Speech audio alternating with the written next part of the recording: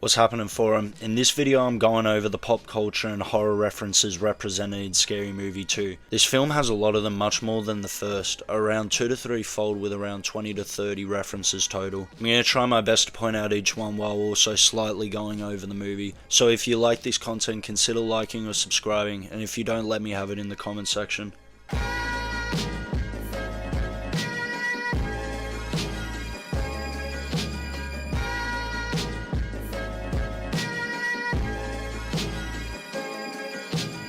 The introduction to the film's being parodied or represented straight away, as the opening scene is a spin on one of the Exorcist scenes from early in the film. Shake your ass! Watch yourself!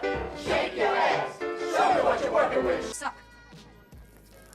Oh my god, bro. With even a priest coming to perform an exorcism, where he uses the bathroom and an excessive amount of flies enter the room, parodying the Amityville horror. These scenes are used for setting up the environment that the main characters will spend most of their time in, and the backstory behind the paranormal activities they will experience.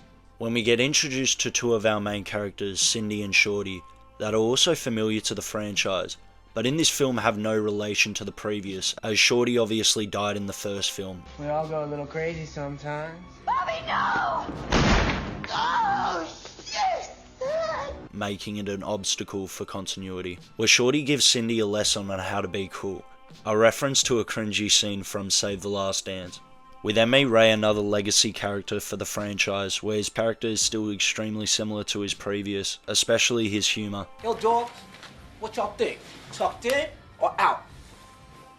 Out, man. Him and his friend both get back tattoos as well, making reference to the famous scene from Dude, Where's My Car?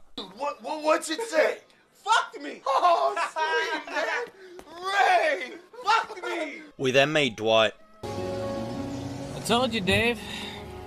I never lose. and the professor, who explain how they are doing an experiment with a group of high schoolers involving an insomnia test and how they would react to the fear of paranormal activities. A very similar plot to The Haunting. We then get sharply introduced to the crew and new characters in a similar style to any teen slasher horror. After this, Cindy meets her love interest Buddy, who hands her a book, Harry Pothead, she left behind. We stay focused on Cindy as she drives to the mansion where she's singing Vitamin C's Graduation, a mock of the first death from the film of urban legend.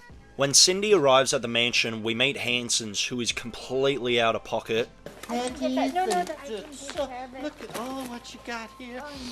Yeah, that brother's starving. and is also a Rocky Horror reference relating to the servant of the family. When touring the mansion, the poltergeist clown makes his appearance by essaying Cindy, Come on now, dawg. and the professor is quickly shown to be an insanely devious bloke as well. Which button would I press to get a close-up? That one. This one. That one. He's just hungry for knowledge, that's all. When Cindy comes down to dinner, just for everyone to kind of just spawn in, and gives us a few funny scenes with Hanson and the crew. Beautiful. Oh, hey, man. Why don't you just relax and just let me do that for you? Yeah. Oh, fuck it. When they are leaving dinner, they run into a mysterious basketball that falls down the steps and to Shorty's feet, referencing a specific scene in The Channeling.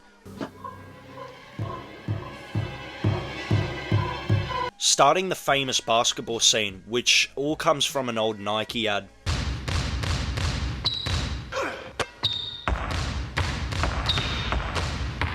There's also a parrot that just says controversial Baba Booey. That's kind of his whole stick for the film, and it comes from a very niche reference to a film called Paulie. There are two scenes that involve bloodbaths at the House of Death, where Alex has sex with a ghost, also wearing a football jersey similar to what Johnny Depp wore in The Nightmare on Elm Street. And Shorty also has a paranormal experience and gets rolled up into a joint and smoked by a possessed marijuana plant, also making homage to the Little Shop of Horrors. Things start to slightly kick off now, with Ray becoming a victim of the poltergeist clown, or maybe kind of the opposite way around. And Cindy gets attacked by a black cat, slightly loosely referencing Pet Sematary. Ray and Cindy then both quickly recover to deliver another reference to What Lies Baba Booey. where he and Cindy are rocking a red dress, trying to seduce the professor under a possession. That's all I remember. What about you, Ray? Oh, I bought mine on Friday. I just came down to get a banana. Shit is hot, right?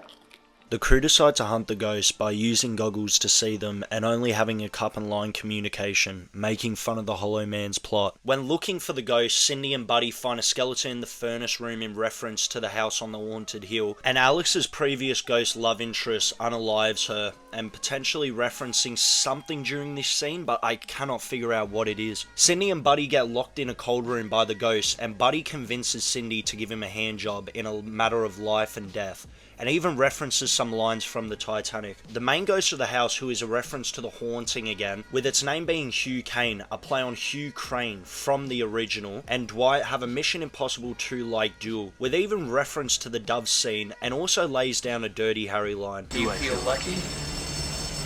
Do you, punk? Cindy gets out of the cool room by building a bulldozer, poking fun at the Hollow Man again, and finds Shorty, who has been a victim of a Hannibal-esque experiment by Hanson, possessed by the ghost. What the fuck? Beet juice in the house. This is your brains on drugs. So the girls have to go Charlie's Angels on him, with Cindy even pulling off some special moves heavily inspired by Crouching Tiger, Hidden Dragon, as well as making a tornado referencing Twisters. To get rid of the ghosts, they copied the ending of 13 Ghosts, where they lure them onto a platform in order to kill them. The movie in references essentially ends here, but gives one last weak plot twist of Hanson coming back, but to only quickly get run over by Shorty getting roadhead from a previous ghost in reference to What Lies Beneath, and poking further fun at horror cliches. So with this completes the video as well, so if you rate it, give it some type of love or engagement, so hopefully I can try grow this channel a little bit more and maybe start crypto scamming. There ain't no such thing as a tooth fairy.